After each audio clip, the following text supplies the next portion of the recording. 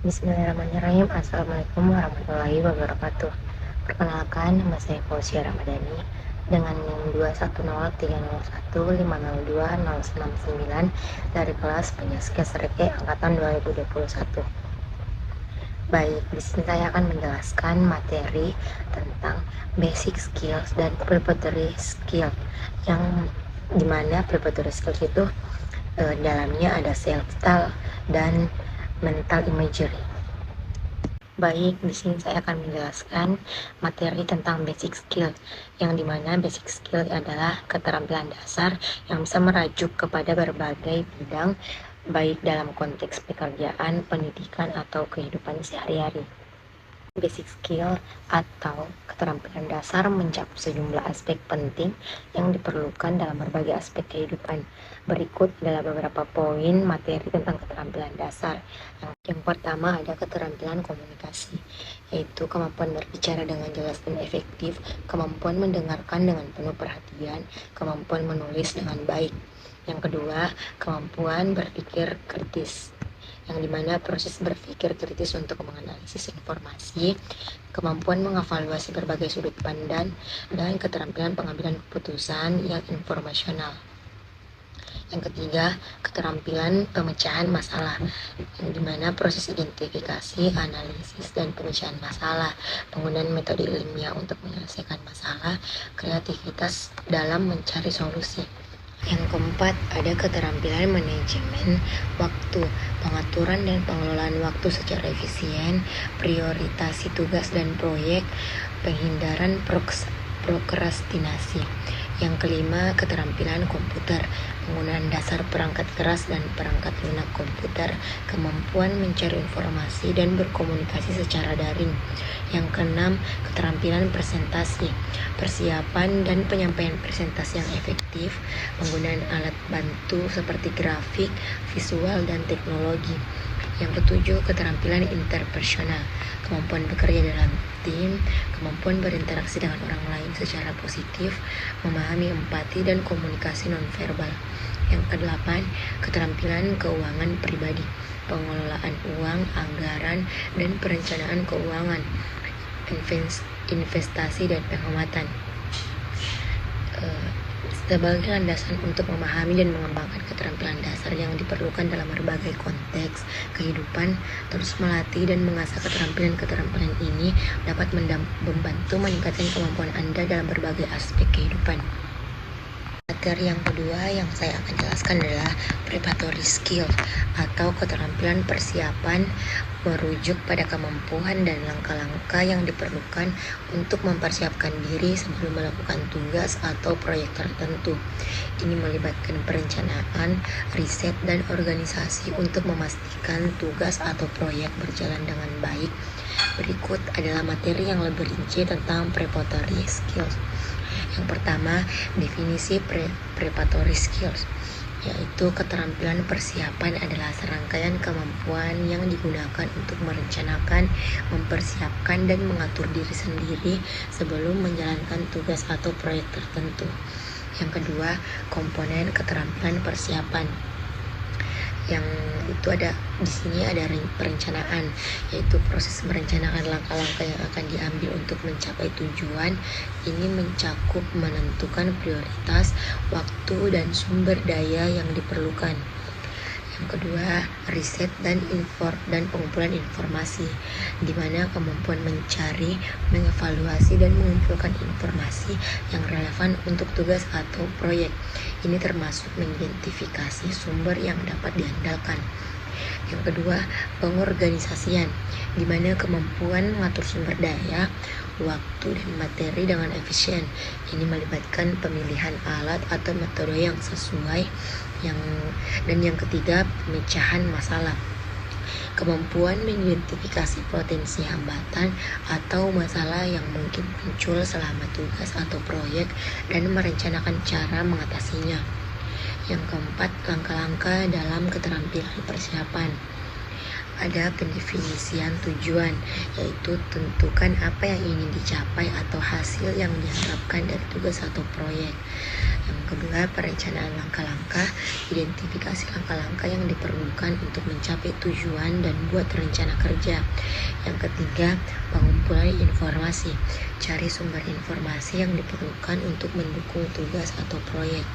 Yang keempat, pengorganisasian sumber daya, persiapkan sumber daya yang diperlukan termasuk peralatan, bahan, atau tim jika diperlukan.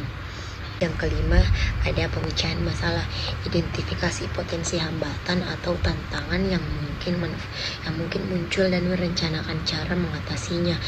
Yang keenam, ada manfaat keterampilan persiapan, yaitu meningkatkan efisiensi dan produktivitas, mengurangi stres dan ketidakpastian, membantu dalam pengambilan keputusan yang baik.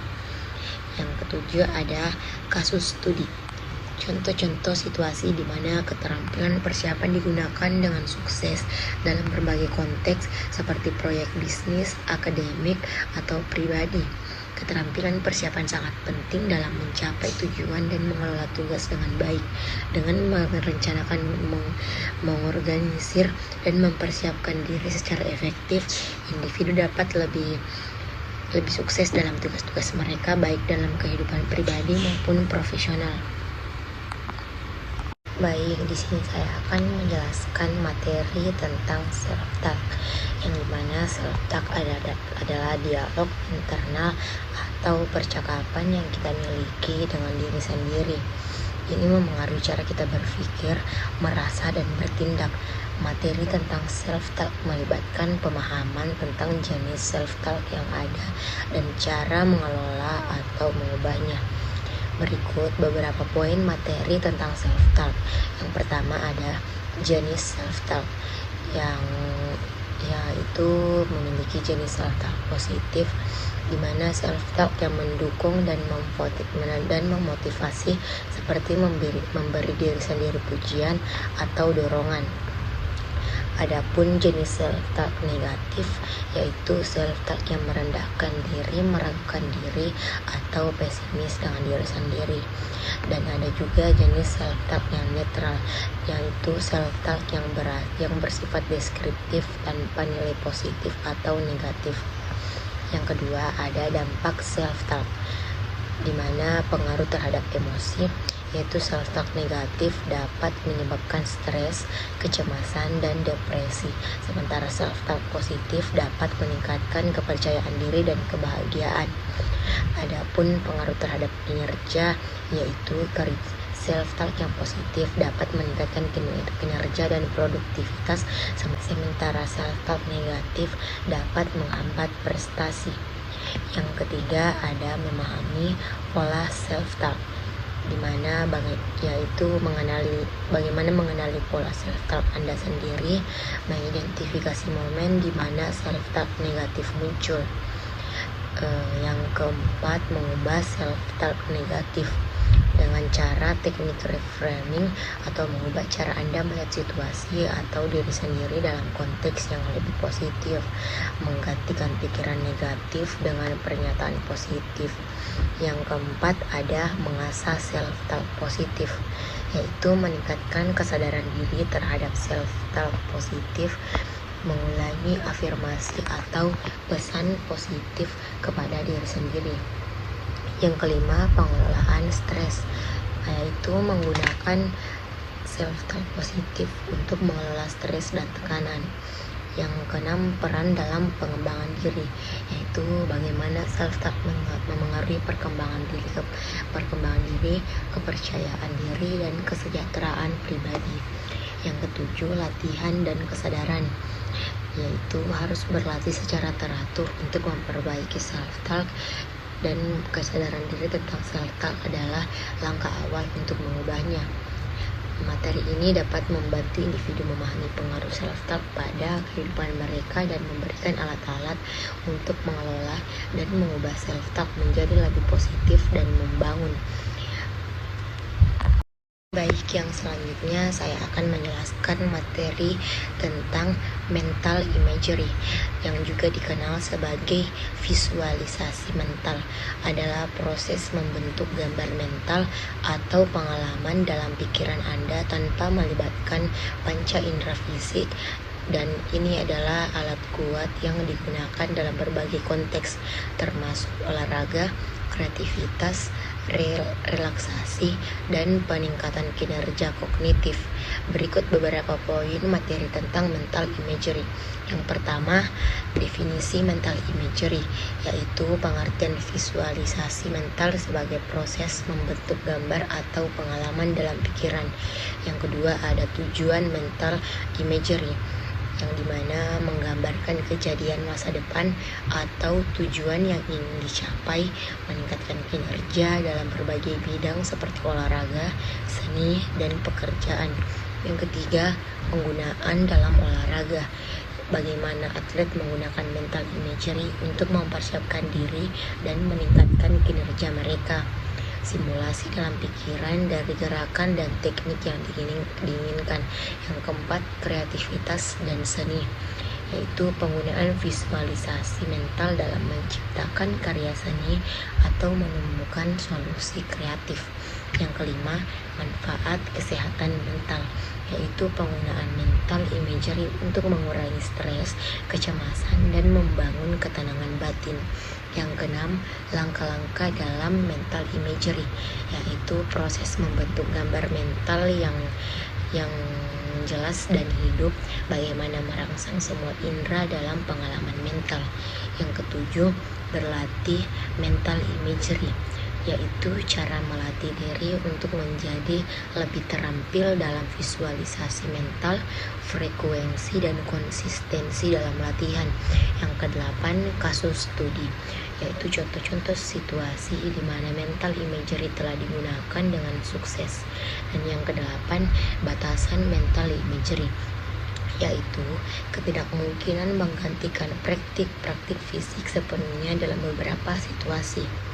Mental imagery dapat menjadi alat yang kuat untuk mempersiapkan diri, meningkatkan kinerja, dan mencapai tujuan dalam konteks olahraga, seni, kreativitas, dan kesehatan mental.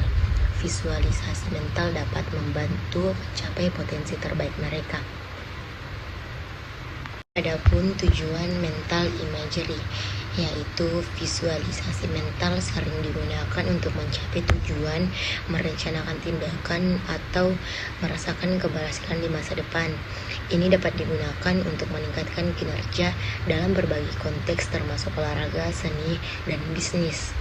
Adapun proses mental imagery, yaitu proses dimulai dengan menciptakan gambaran mental yang jelas dan rinci tentang apa yang ingin dicapai atau diwujudkan. Ini melibatkan penggunaan indera imajinasi seperti visual, audiotori, kinestetik, bau, dan rasa. Individu memusatkan perhatian mereka pada gambaran mental ini dan mencoba merasakannya seolah-olah itu nyata. Dan ada juga manfaat mental imagery, yaitu meningkatkan kinerja. Olahragawan sering menggunakan mental imagery untuk mempersiapkan diri dan memvisualisasikan langkah-langkah atau keberhasilan dalam kompetisi. Ada juga kreativitas. Seniman dan pencipta sering menggunakan visualisasi mental untuk mengembangkan ide kreatif dan proyek seni. Pengurangan stres dan kecemasan, yaitu mental imagery dapat membantu individu merasa lebih tenang dan mengurangi tekanan mental.